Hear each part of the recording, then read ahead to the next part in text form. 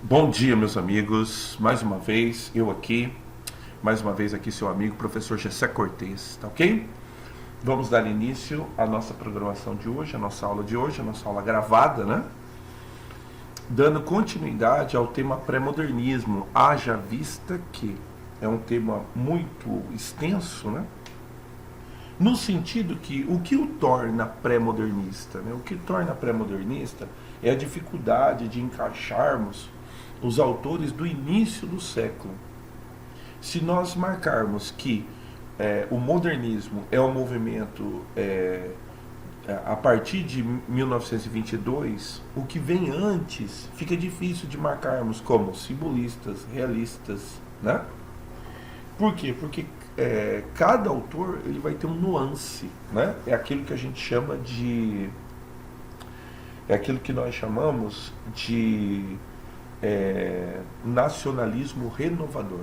Então, existe um sentimento nacionalista muito forte no início do século, até talvez porque os movimentos, né, de guerra, né, tanto o movimento de Primeira Grande Guerra e o movimento anterior e o momento que nós chamamos de entre guerras, né, que é o movimento entre a Primeira e entre a Segunda. Nós também somos contagiados, né, por um sentimento altamente nacionalista, né? E aí nós temos duas vertentes. Nós temos o nacionalismo que é conservador e temos o nacionalismo que é inovador, né? O conservador fica ainda por conta dos parnasianos. O parnasianismo é algo que vai durar durante muito tempo. Em outro momento eu contei para vocês a história do hino nacional, por exemplo, né? A letra do hino nacional, que é composta somente em 1909, né? E é um bom exemplo, talvez um excelente exemplo desse parnasianismo tardio, né? Parnasianismo que a gente só vai conseguir sepultar em 1922, porque daí ele cai no ridículo, né? Com a ajuda daqueles. E tem que ser feito com mão de ferro, né, cara? É um negócio que é feito assim a ponto de ridículo, né? Que é feito na Semana da Arte Moderna, e a gente vai conversar, por exemplo, sobre o poema Os Sapos, né? Que é justamente, né, essa que critica, né, a regularidade da rima, que daí compara os parnasianos a sapos que ficavam guachando, uaba, uaba, né? Tanto que foi um poema que foi guachado, né, na Semana da Arte Moderna. Mas, pois bem, na última aula, na semana passada, eu falei de um ícone, né, que foi Lima Barreto. Lima Barreto que foi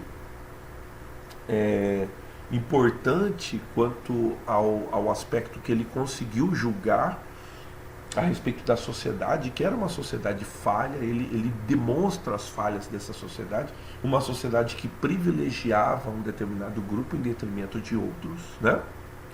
E aí, para tanto, ele fala desses bairros cariocas. A gente não terminou porque a gente ainda tem dois livros para falar. Nós temos ainda Clara dos Anjos e temos ainda para falar Cemitério dos Vivos, né?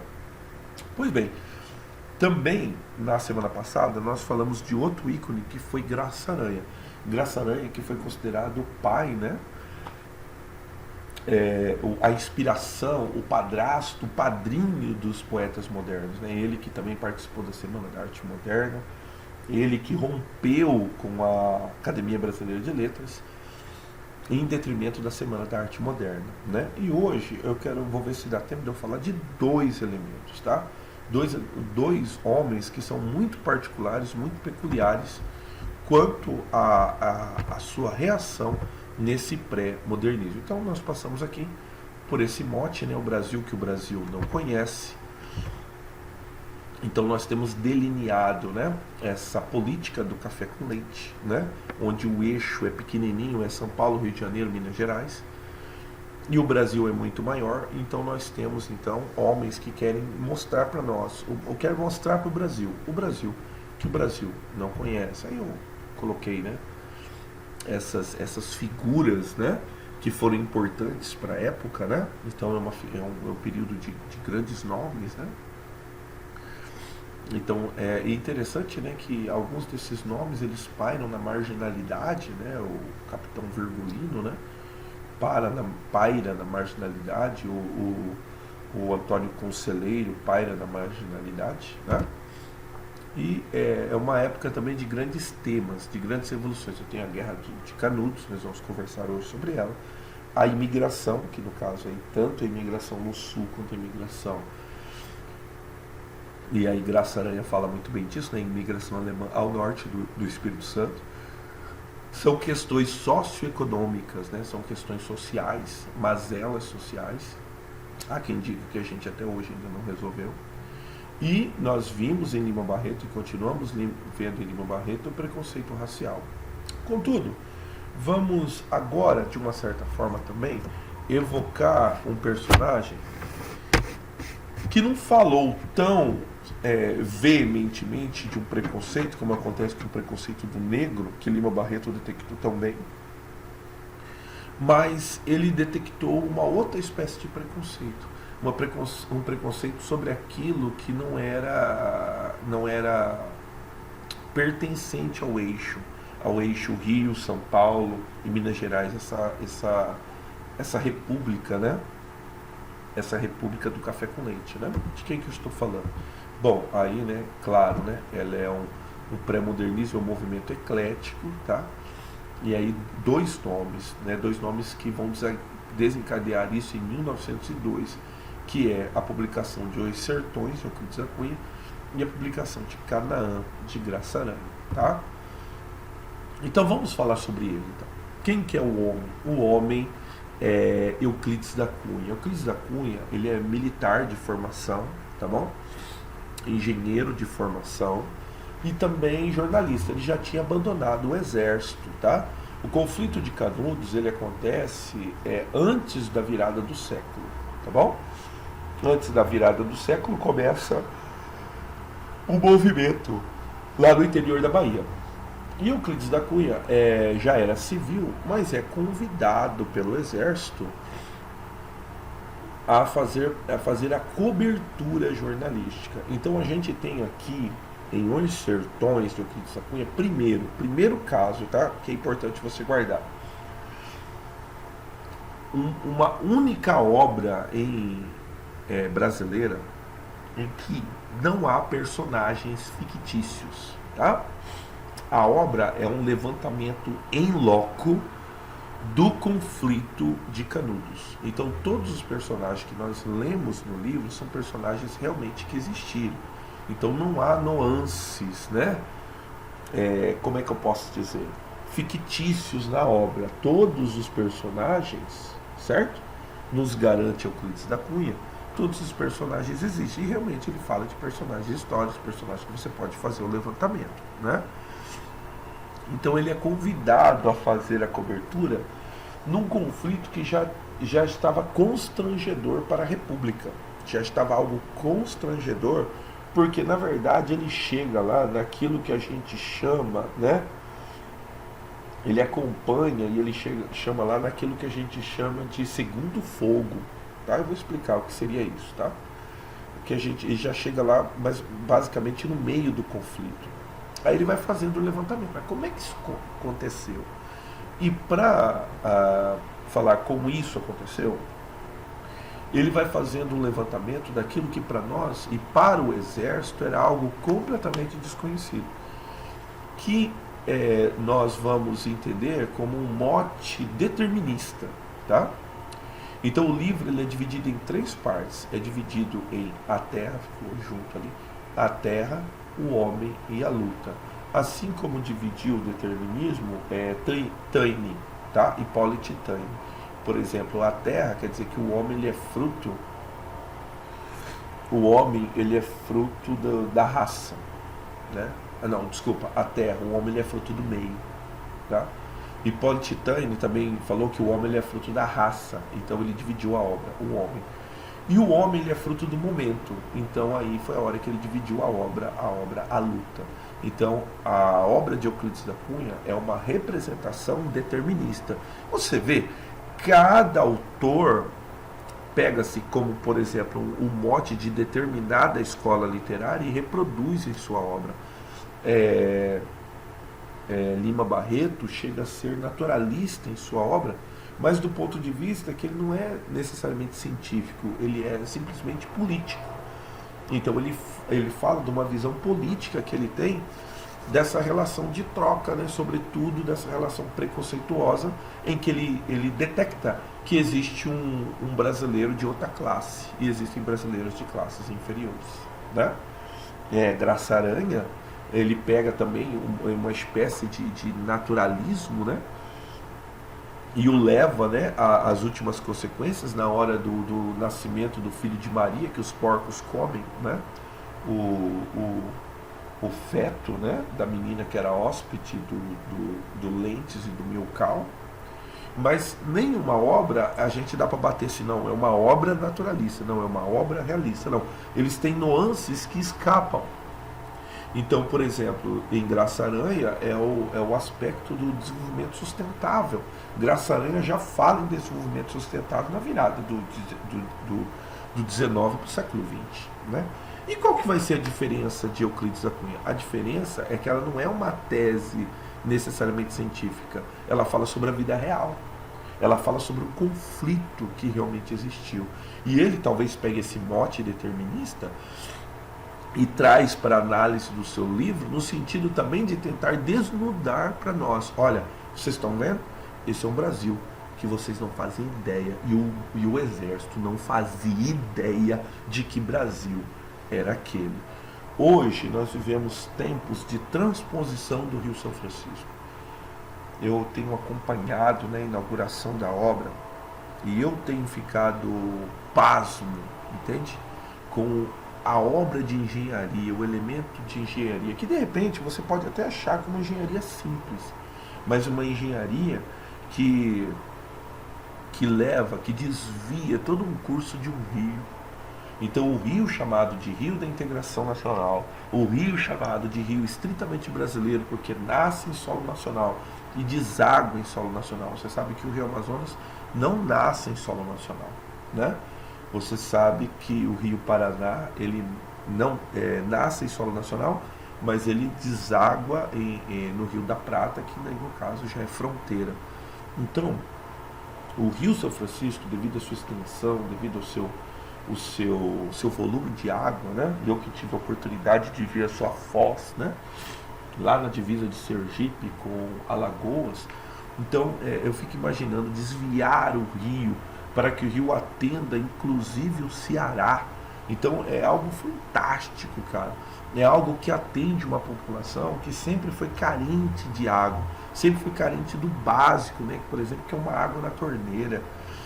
E essas coisas, quem vai falar vai ser Euclides da Cunha, na virada do 19 para o século 20, que eram brasileiros relegados a outra situação, relegados a um universo totalmente deles.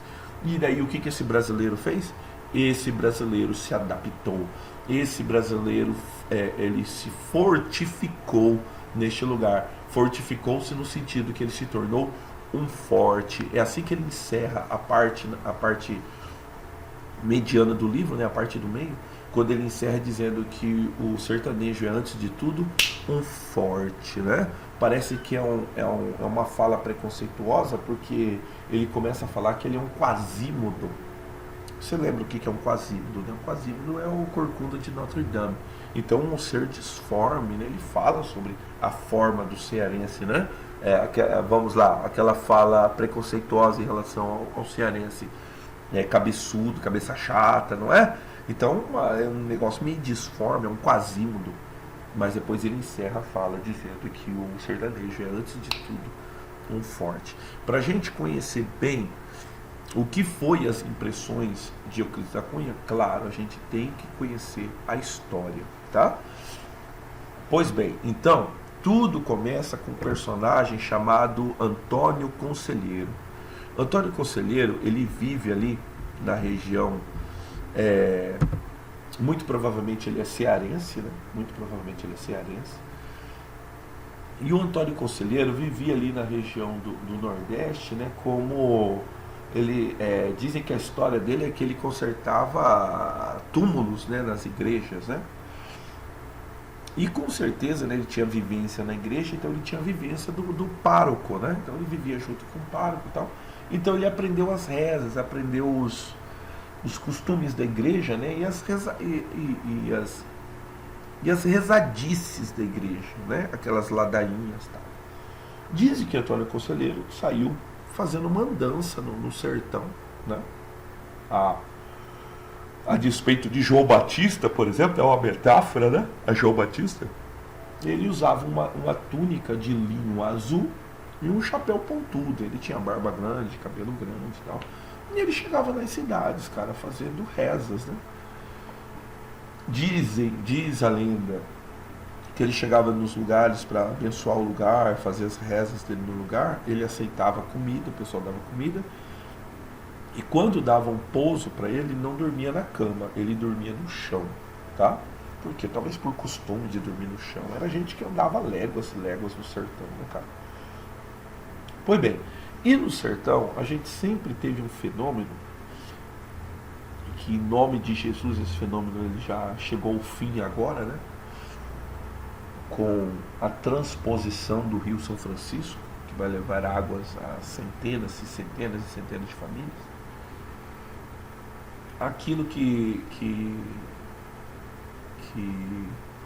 se não me engano foi Cecília Meirelles, né, que escreveu O 15, né? Tá, no livro O 15, que foi um período de 15 anos que teve de seca no Nordeste. Então o Nordeste sempre viveu aquilo que a gente chama de ciclo da seca. O que era o ciclo da seca? Pois bem, o ciclo da seca funcionava mais ou menos assim. Eu tenho o produtor pequeno, tá? Produtor pequeno, aquele da horta pequena, que é a da horta de subsistência, que é o camarada que tem uma vaquinha, o camarada que tem um bodezinho ali e tal, e assim, né? Ele produz o queijozinho dele, ele produz, né? É o produtor pequeno, tá? Por isso que sempre diziam que o problema do Nordeste não era seca, o problema do Nordeste sempre foi cerca. Que no Nordeste sempre foi um lugar de grandes latifundiários, né? Grandes latifúndios, né? E daí o que acontecia? Vinha a seca e quebrava esse pequeno produtor, né? E daí o que acontecia? Apareciam os aproveitadores. Quem eram os aproveitadores? Os coronéis, né? Então aquele grande produtor, aquele cara que tinha grana, por quê? Porque ele não tinha uma política de subsistência. O que ele tinha, na verdade, era um grande latifúndio, né, que ele explorava a terra. E aí vinha esse pequeno, porque ele não tinha mais comida, não tinha mais nada, vinha a seca, estourava ele, tinha galinha, tinha o que ele tinha? Tinha a vaquinha dele para vender. A vaquinha dele, vamos supor, custaria 200 mil reais. Ele chegava lá no coronel e falou: coronel, tal, minha vaquinha, tal, não sei o que, eu preciso de dinheiro, né, tal, e não tem produção. Aí o coronel olhava para ele e falava assim: mas eu não preciso da vaca, né, cara? Eu tenho muita vaca e essa vaca tá magra e tal. Vou fazer o seguinte: eu dou 20 mil reais, não, coronel, mas ela vale 200. Então vende para outro. Vai vender para quem? Não tem dinheiro. Entende a exploração, como é que é? Então aquilo que valeria 200 mil reais, o coronel oferece 20 mil. Aí o que ele faz? Ele aceita, porque ele não tem como sustentar a família. Só que a gente vive também um outro fenômeno. Qual que é outro fenômeno? Não que não existissem impostos no tempo da coroa. Mas no tempo da coroa o negócio era muito mais centralizado. Você pagava imposto para a coroa. Eu não sei se você sabe, mas existe aí do imposto que é pago, que é do tempo da coroa, sabia? Fiquei sabendo disso aí um tempo atrás. Que são basicamente as casas que você faz no litoral. Porque supostamente o litoral pertencia ao rei, entende? Então o rei dava uma concessão, eu acho que é a mesma concessão que é dada, por exemplo, a quem tem ilha, entende? Então aí o rei dava uma concessão do Estado para você fazer uma casa, mas quando o rei, se porventura o rei precisasse daquilo ali, o rei ia ali e pegava de volta. entende? Então paga-se um imposto, ali o pessoal que monta a casa no litoral, né? Os caras têm dinheiro, mas tem alguns condomínios que não são tão ricos assim. E coloca a casinha ali no litoral. Dizem que toda a extensão do litoral brasileiro, o pessoal paga um imposto, que é o imposto do tempo, ó, do tempo do Império.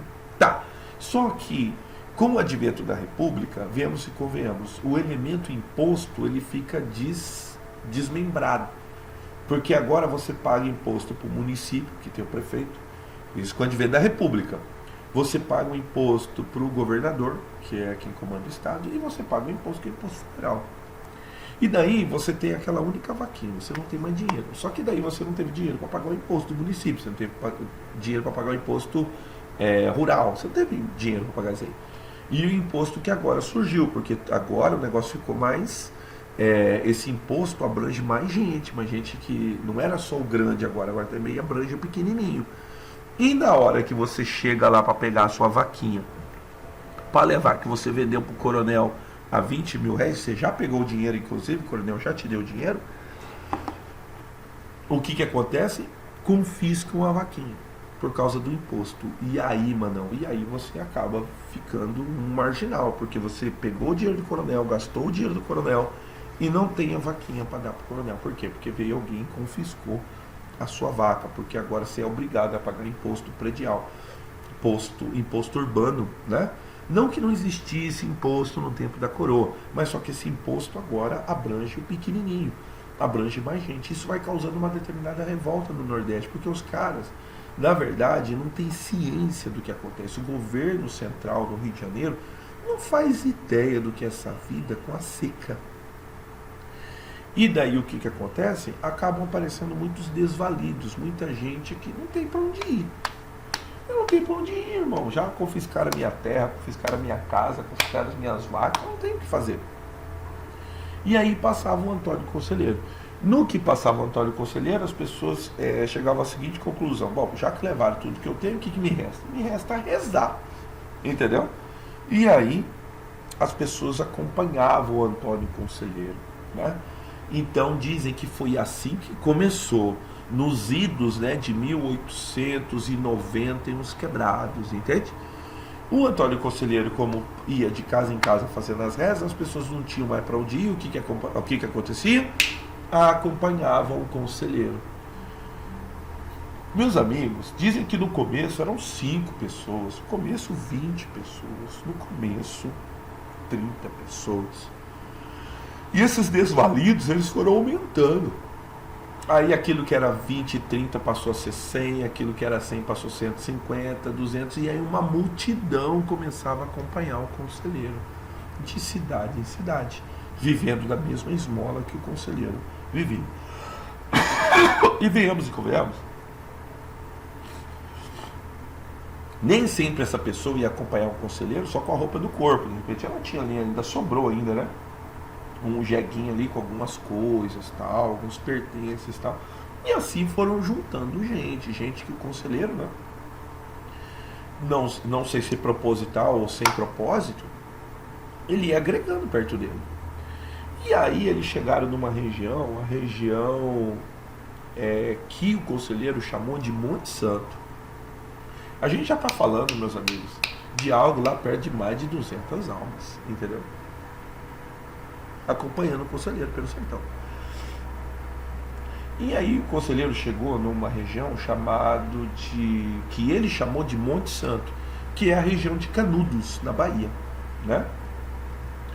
Hoje essa região ela foi inundada, né? Foi inundada na hidrelétrica, né, que foi construída no Rio São Francisco. Inundou-se toda essa região. Então Canudos está hoje debaixo d'água. O que existe é uma cidadezinha próxima de Canudos que herdou esse nome, tá? Mas que existe lá, né, até hoje, né? Mas a cidade propriamente ela foi inundada, né? A cidade que o Antônio Conselheiro fundou. O Antônio Conselheiro chegou de uma região alta, né? Um promontório alto assim, e ele chamou aquela região de Monte Santo. Ali ele cravou uma cruz e falou assim: aqui nós vamos ficar.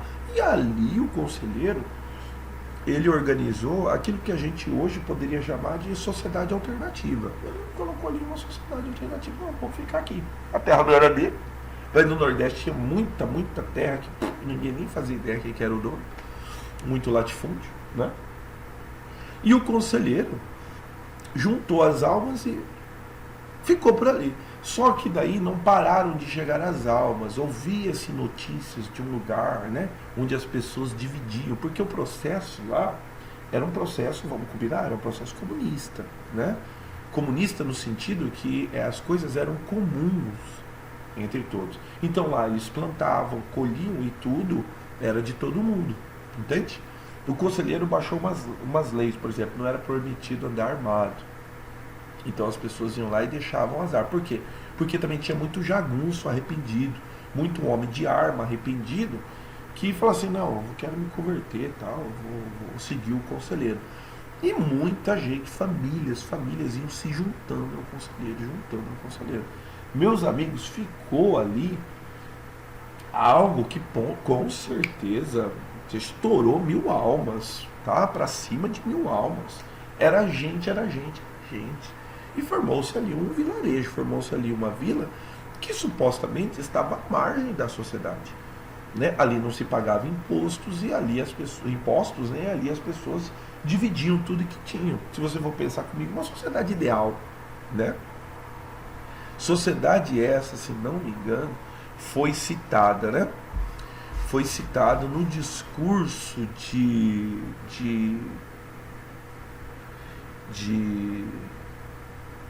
agora fugiu o nome dele. Fala lá o nome do líder cubano, fala o nome dele lá. Quando na ocasião da vitória em Cuba, né? Não foi Che Guevara, não, foi o camarada que virou presidente de Cuba. Fala o nome dele, cara. Tá, você sabe de que eu tô falando, né? No discurso dele, ele citou Canudos. Ele falou, dizendo no discurso que Cuba estava livre, né, do imperialismo norte-americano.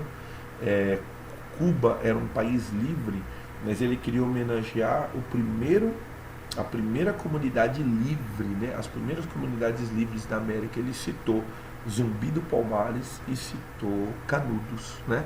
Então, viva Canudos, a primeira comunidade livre, né? Viva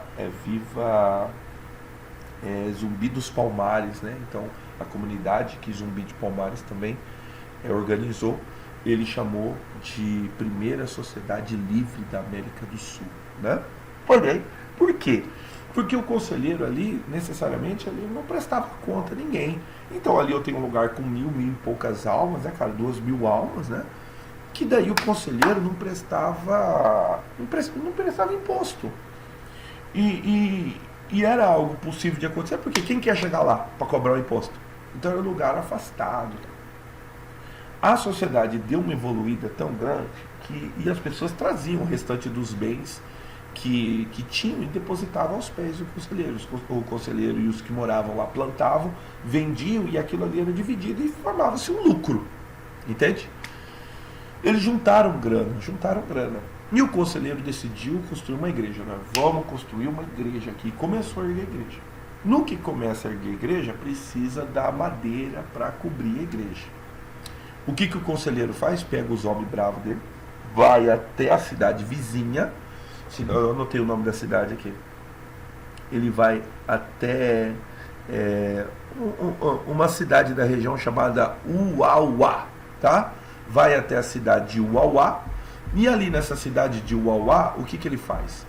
Ele compra madeira e paga à vista, tá? O conselheiro compra madeira e paga à vista. Aí a gente não está falando ainda de Euclides da Cunha, tá? E daí o que acontece? Ele paga a madeira, paga à vista e fica para receber a madeira. O que aconteceu? O dono da venda tenta dar um golpe no conselheiro e não entrega a madeira.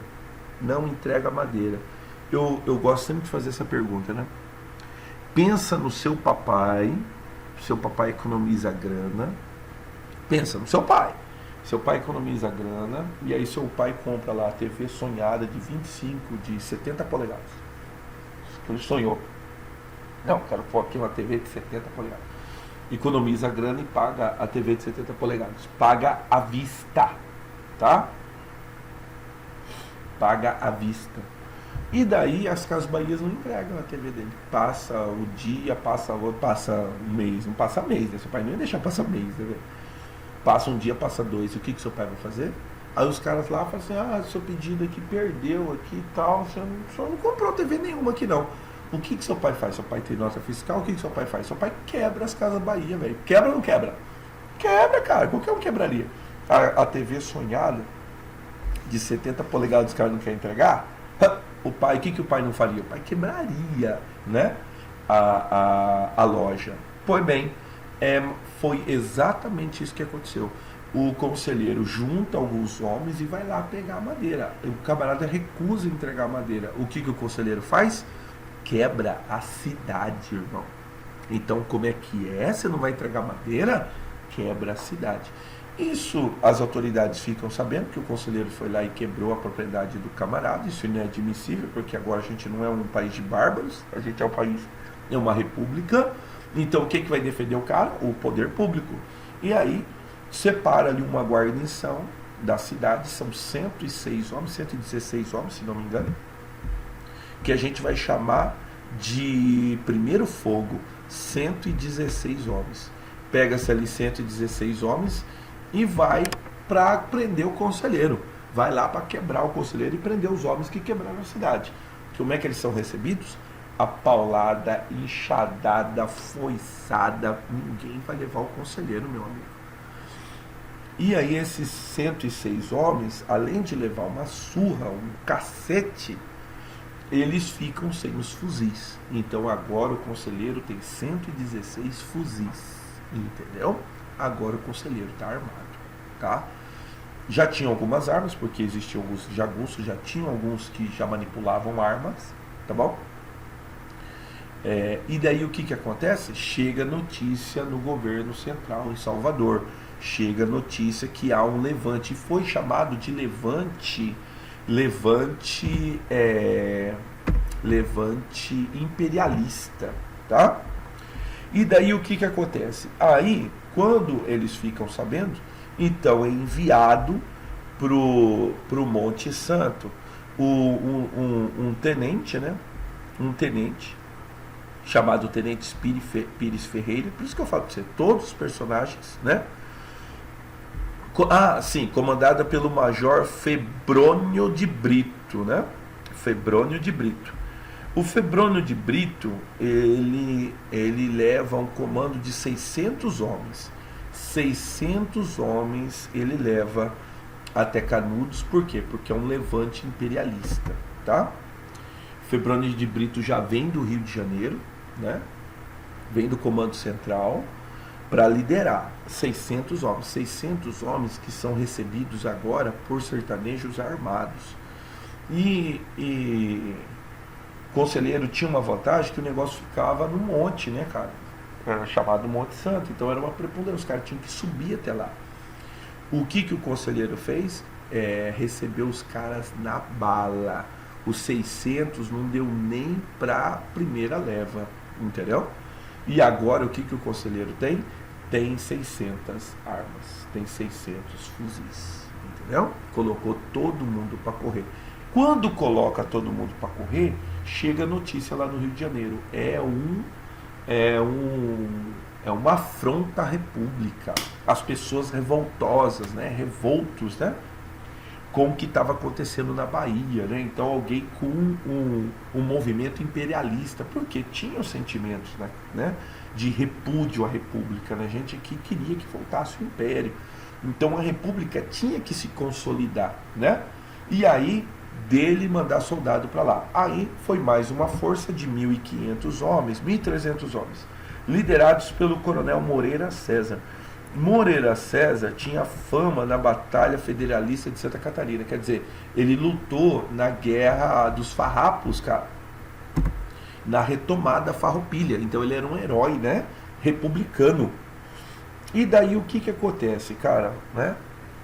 O Moreira César, também conhecido como Degola Cabeça, né, como o cara era ruim, né? E aí junto com o Moreira César, chegou aí o Euclides da Cunha a fazer o levantamento. Aí o Euclides da Cunha chega um pouco antes para fazer o levantamento da chegada do Moreira César, né? Só que também o Euclides da Cunha detectou o quê? Detectou que o exército mandou até remédio para dor de cabeça. Sabe o que o exército não mandou? Água. A região não tinha água. Então como é que vai matar a sede do exército? São 1.600 homens. Como é que mata a sede de 1.600 homens? Como é que alimenta 1.600 homens? Esses homens já chegaram fracos, já chegaram debilitados. Por quê? Porque o grande mote permanece. É um Brasil que o Brasil não conhece. Entende? Pois bem, aí os homens chegaram até próximo, né? E aí tinham outros coronéis ali acompanhando o Moreira César. E o Moreira César chegou ao sopé do Monte Santo. Chegou no sopé do Monte Santo, ele avistou Canudos, colocou a tropa em ordem, porque era um militar de primeira linha, né? E era mais ou menos assim 1h da tarde, sol a pino, irmão, sol a pino. E aí o Moreira César alinhou a tropa, e aí foi aconselhado pelos seus coronéis, pelos seus ajudantes, né? Que nenhum exército guerreia de barriga vazia. Então, que o exército descansasse aquela tarde, almoçasse, descansasse, e no outro dia, vida nova, forças revigoradas, atacasse Canudos. O Moreira César falou, negativo, eu quero almoçar em Canudos, eu acabo com esse negócio agora, né? Alinhou a tropa e ordenou o ordinário marcho, né? Foi a primeira leva desses 1.600, a primeira leva chegou e o conselheiro fez diferente.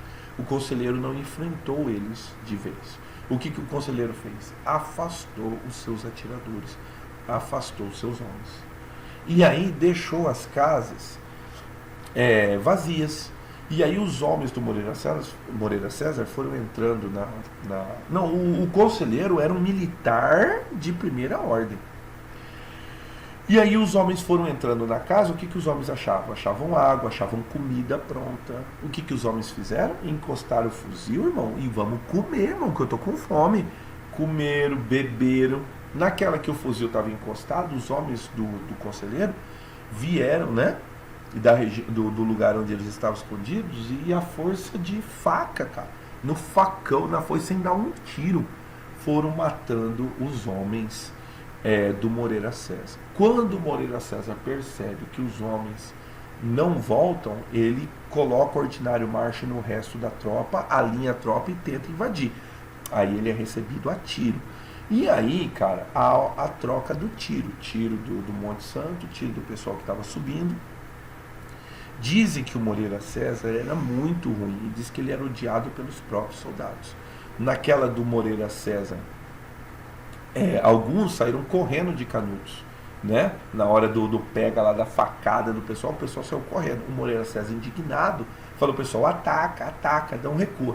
E começou a atirar nos soldados que estavam correndo de volta. Em vez de armar, receber o pessoal e perguntar o que estava acontecendo, começou a atirar.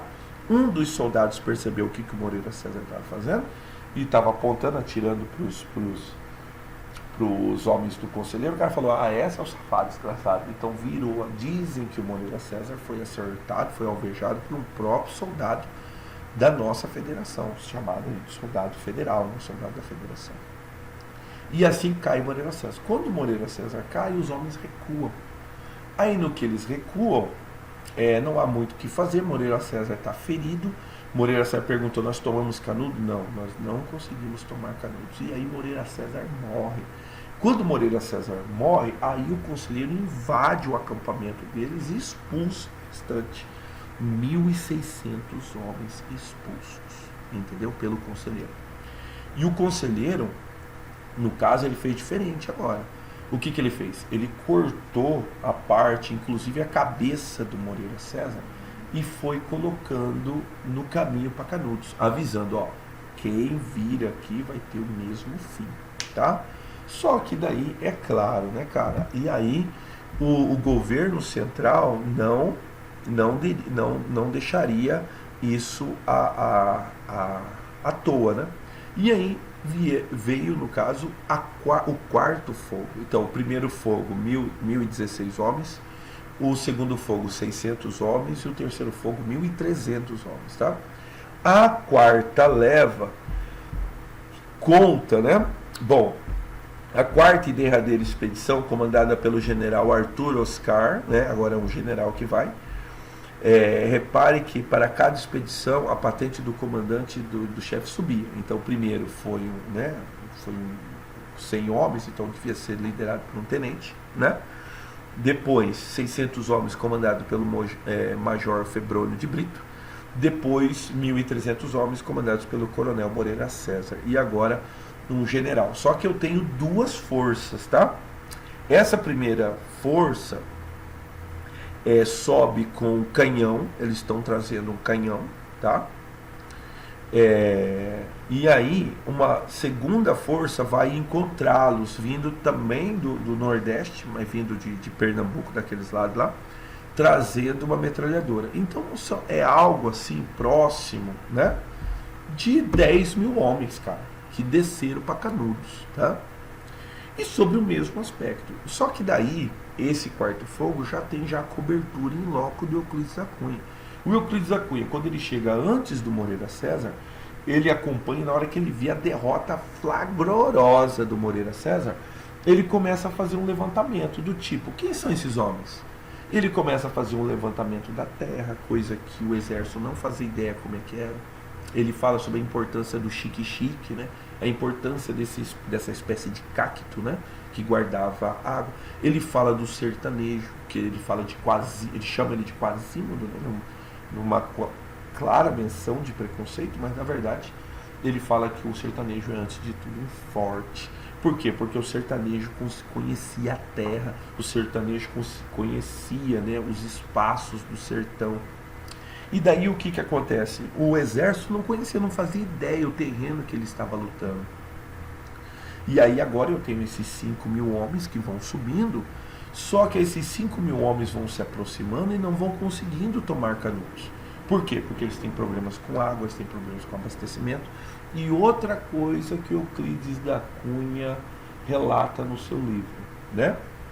Chega ao conhecimento dele que estão levantando medidas emergenciais. Você nunca ouviu falar disso daí, né? Qualquer semelhança com os dias de hoje, pelo amor de Deus, é mera coincidência, tá? Então estão levantando medidas emergenciais no Rio de Janeiro para arrecadar fundos para mandar para a campanha em Canudos, para o levante imperialista. Só que esses recursos são adquiridos no Rio de Janeiro e eles não chegam, né? Numa clara tentativa de aumentar a urgência do conflito para aumentar o levantamento de dinheiro. E daí o que acontece? É denunciado então desvios. Então alguém está desviando. Qualquer semelhança, né? Tem gente comprando respirador superfaturado. Naquele tem verdade. Qualquer semelhança. Porque brincar com a saúde, roubar em tempo de pandemia, devia ser crime de guerra, tá? Não sei se você sabe, a gente fala que não tem pena de morte no país, mas no caso de guerra e for detectado crime de lesa pátria, é autorizado o enforcamento, tá? Então tem, né, fuzilamento e enforcamento. Tem pena de morte no Brasil, sim, em tempos de guerra e em tempos de crime de lesa pátria. O cara traiu um espião, traiu a pátria. Esses que estão comprando respiradores superfaturados estão traindo a pátria ou não estão traindo a pátria? Estão se aproveitando do povo na hora mais difícil, que é a hora da saúde, cara. Hospital de campanha que não funciona, hospital de campanha que se levanta, mas não se conclui, mas o dinheiro some, não é? Qualquer semelhança. Por isso que a denúncia do livro é importante. Há um cancro, né, incrustado na administração pública brasileira há muito tempo. Há muito tempo. E Euclides da Cunha detecta isso aí. Detecta que os recursos não estão chegando para a tropa. Só que o negócio começa a ficar desconfortável, porque se eu não consigo aplacar um levante contra o levantamento de impostos, então mais gente pode se levantar. entende? Mais revoltas podem ocorrer. Então eu tenho que esmagar essa revolução. E esses 5.000 homens, eles não foram capazes. Por quê? Porque na hora que chegou na beira do Monte Santo, esses homens, eles acamparam o acampamento lá, eles viram a retaguarda deles sendo roubada, então roubou comida, roubou o resto de água que eles tinham, foram roubados, entendeu? Quem que roubava? Os homens do conselheiro, que conheciam os atalhos do sertão. Nesse último fogo também, algo muito constrangedor, existiam atiradores, olha só, os CEOs do conselheiro, atirador, estava reassistindo hoje, né? Abriu no Netflix o Sniper americano. O conselheiro tinha snipers, velho. Gente que atirava dia e noite, cara. E daí o que aconteceu? Uma tropa que estava mais à retaguarda chegou com água, chegou com comida. E daí, mas só que eles chegaram numa região que estava protegida pelos snipers. Eu vou chamar de sniper, parece ser ridículo. Mas era, velho. Atiradores. E os caras não conseguiam chegar até a água. E aí na hora que os caras iam lá até a água, pá, tiro. Então era um camarada atirando dia e noite. Dia e noite. E daí o que aconteceu? Aí foi indo, claro, né? E o pessoal conseguiu recuperar a água, conseguiu recuperar a comida, tá? E aí eles conseguiram aí se alimentar e tal. Foi assim que a tropa não desfaleceu de vez, tá? A tropa conseguiu também, num desespero também, achar onde as mulheres pegavam água. E aí cercaram as mulheres, atiraram as mulheres, responderam com fogo e tal. Então o negócio, a batata estava assando pro conselheiro. Só que essa primeira leva de 5.000 homens não conseguiria êxito se não viesse um reforço de 3.000 homens. Meus amigos, se você contar, é na faixa ali de 10.000 homens para derrubar o conselheiro. Aí não tinha como, cercaram Canudos, né? E aí tinham metralhadoras, tinham canhões apontados para Canudos, e aí o desfecho do fogo começou. Canudos pegava fogo, e Euclides da Cunha escrevia que as mulheres, ao invés de se render à federação, elas pegavam os filhos, as crianças, e entravam nas casas pegando fogo, para não se render. Os homens lutaram a exaustão, até que na hora que as tropas, né, esses 5.000 homens entraram em Canudos, né, 5.000 homens da primeira leva, que já não eram mais 5, né, com certeza, não eram mais 5.000. E esses 3.000 que chegaram de reforços, quando eles entraram, soldados bravos, né, soldados, né, com a luta que foi ferrenha, eles encontraram 4 alvos, né, um velho, 2 atiradores e uma criança que dava a munição, né? Esses homens, esses últimos 4 foram fuzilados, né? E assim existe a história de que Canudos não se rendeu. Por isso, né, que Fidel Castro, ele é doido, cara. Por isso que Fidel Castro, na hora da sua posse, falou que Cuba não era a primeira nação livre. A primeira nação livre era Canudos. Canudos não se rendeu. Canudos não se ajoelhou à república, né, que vinha com seus impostos. Canudos resistiu até o último homem. Canudos não se rendeu. E assim Euclides da Cunha nos fala do relato, né, que depois acharam o conselheiro, ali do jeito como você viu na foto, né, acharam o conselheiro morto já. Ele provavelmente morreu de desidratação, tá? Aí eu não me lembro muito bem da história, se só a cabeça chegou no Rio de Janeiro. Eu acho que só a cabeça foi enviada ao Rio de Janeiro, tá? E aí a gente tem o final do livro, né? Só que a gente tem também o desencadear do conflito de Canudos, tá? Não sei se você sabe dessa história, né? Que daí chegaram tropas e tropas e tropas no Rio de Janeiro que foram selecionadas, né, para serem levadas à Bahia, e esses homens chegaram e não tinham o que fazer com esses homens. Aí esses homens foram liberados, eles não tinham para onde ir, e aí eles foram morando nos morros ali do Rio de Janeiro, né? E dizem que eles trouxeram uma plantinha lá do sertão chamada favela. Aí eles plantavam a plantinha favela, e a moradia deles foi chamada de favela. Não sei se é verdade e tal, mas há uma história que os habitantes do Morro do Rio de Janeiro foram, sua primeira leva, além de escravos forros, né? Além de escravos do tempo que a escravidão foi abolida, porque diz que foi ali que nasceu o samba, etc, etc. Também foi feita por soldados que vieram do conflito de Canudos. Mas pensa, 5 mil soldados, mas acabou o conflito, acabou a guerra, e agora o que nós vamos fazer? Agora dispensa o soldado. E aí o soldado não tinha para onde ir, subiu no Morro do Rio de Janeiro, e assim nasceu, né, necessariamente as comunidades dos morros, né, do Rio de Janeiro. Dizem que foi assim que se formou. Não sei se é verdade, né?